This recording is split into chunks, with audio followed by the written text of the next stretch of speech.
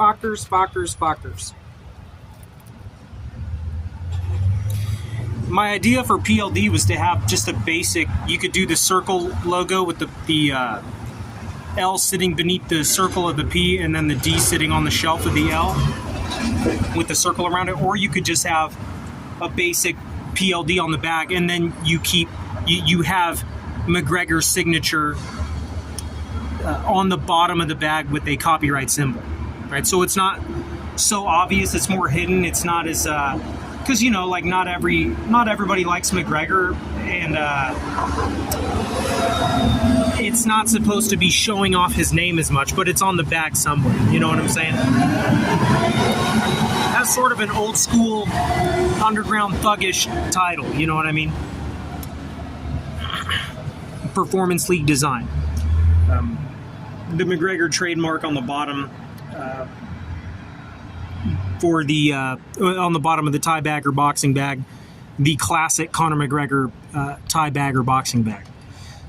DMT Hornbull theory cancels the Mato NFT car coin idea.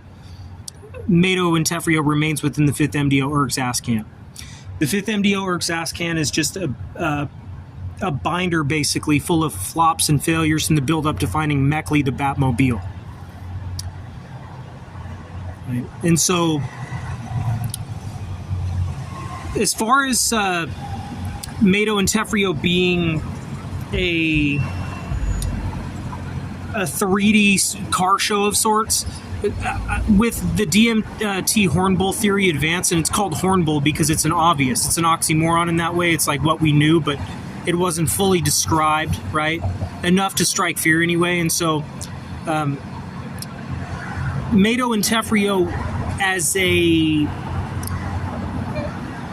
NFT concept for selling digital cars you can take into a video game space online, that easily becomes super corrupted and murky and fucked up. You know what I'm saying? So I was like, and especially with what we learned there, I'm like, fuck all that crypto shit, man.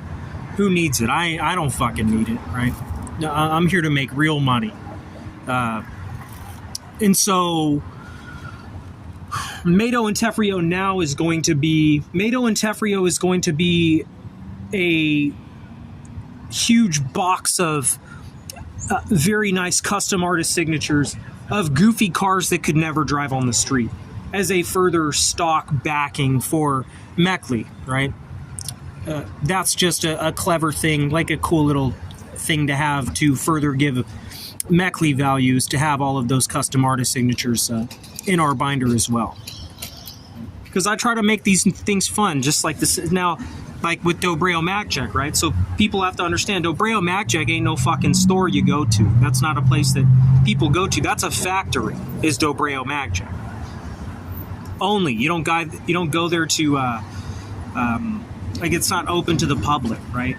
That's for people to create. People can hold stock in it, and there's a few corny, like, or abstract, goofy-looking art pieces like angle cones and the candlelight vigil design, right? In there just as something goofy to make the investor more proud, right? The people who are actually invested in metal, who are going to profit off of those being made into ammo cans. And then those ammo cans get sold, whether it's online or in down here in Texas. I saw a guy he had